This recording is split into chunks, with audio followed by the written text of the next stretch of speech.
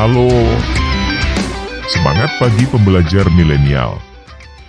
Hari ini kita akan belajar biologi dengan topik hakikat biologi. Sebagai pembuka, kita tinjau dulu asal-usul kata biologi. Biologi berasal dari dua kata bahasa Yunani, yaitu bios yang artinya hidup, dan logos yang artinya ilmu. Jadi, biologi adalah ilmu yang mempelajari tentang segala sesuatu yang berhubungan dengan makhluk hidup.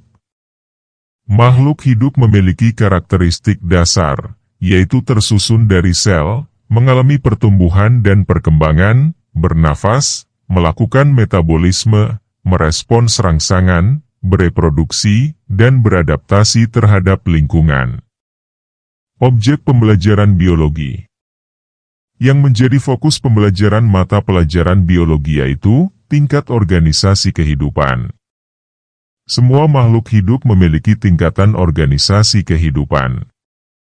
Tingkat organisasi kehidupan makhluk hidup dapat dibagi menjadi 9 tingkatan, yaitu tingkat molekul, tingkat sel, tingkat jaringan, tingkat organ dan sistem organ, tingkat individu atau organisme, tingkat populasi, tingkat komunitas, tingkat ekosistem, dan yang terakhir adalah tingkat biosfer.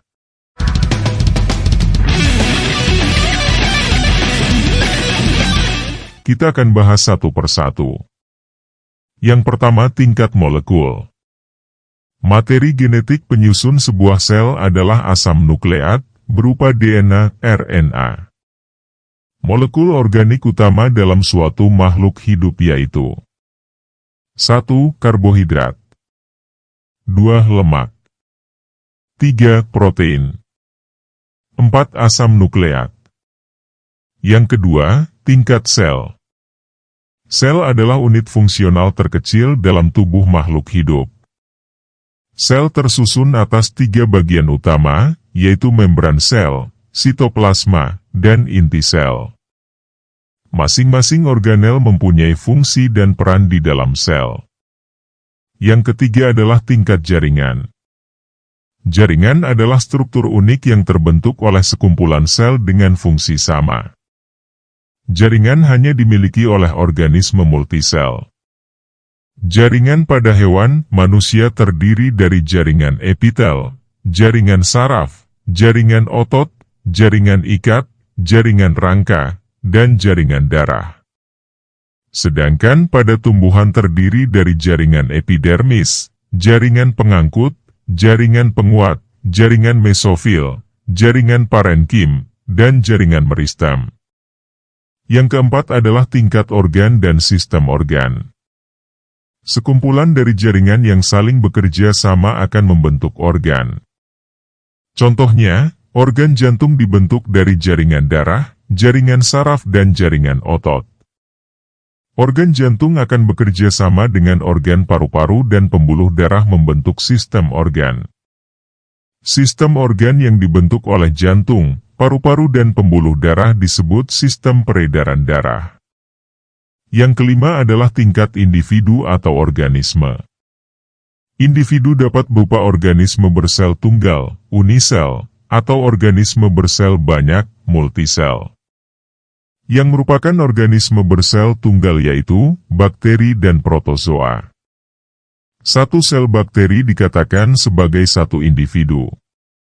Organisme bersel banyak contohnya adalah manusia, hewan, dan tumbuhan. Yang keenam adalah tingkat populasi. Populasi adalah kelompok besar yang dibentuk dari interaksi sesama jenis individu dalam suatu tempat dan waktu yang sama. Seperti populasi burung flamingo, populasi semut, populasi jerapah, dan populasi pohon jati. Yang ketujuh, yaitu tingkat komunitas. Komunitas merupakan populasi makhluk hidup yang saling berinteraksi dalam suatu ruang dan waktu sama.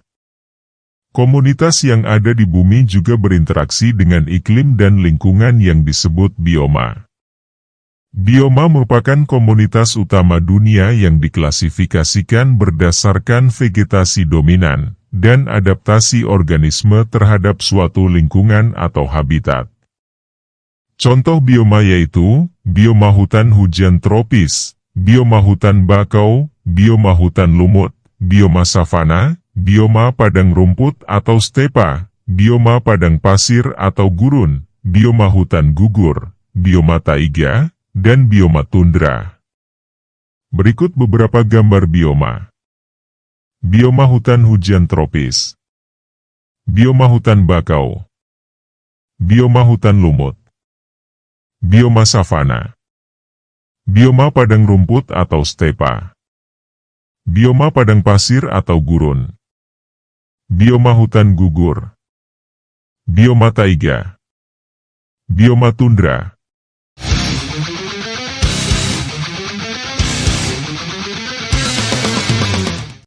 Yang kedelapan, yaitu tingkat ekosistem. Ekosistem terbentuk dari komunitas makhluk hidup yang berinteraksi dengan alam seperti tanah, air, udara dan sinar matahari dalam suatu wilayah yang luas. Dalam satu ekosistem terjadi kegiatan predasi dan adaptasi makhluk hidup untuk mempertahankan eksistensinya. Tingkat organisasi kehidupan makhluk hidup yang terakhir adalah biosfer. Biosfer adalah kumpulan ekosistem berbagai wilayah di bumi dalam suatu lokasi tertentu yang masih memungkinkan adanya kehidupan makhluk hidup beserta interaksinya. Biosfer juga dapat disebut zona kehidupan di bumi.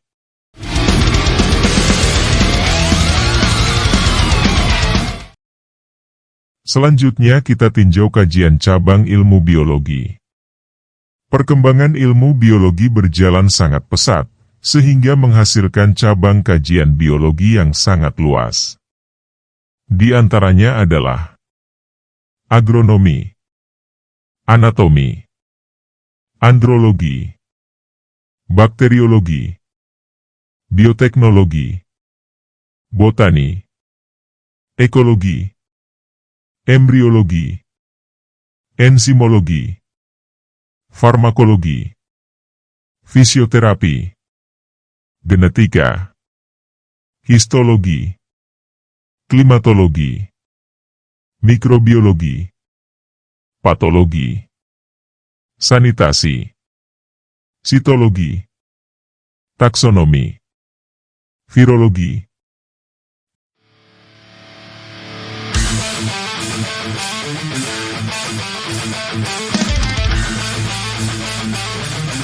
Demikian materi hakikat biologi. Semoga bermanfaat. Salam sehat. Sampai jumpa di pertemuan berikutnya.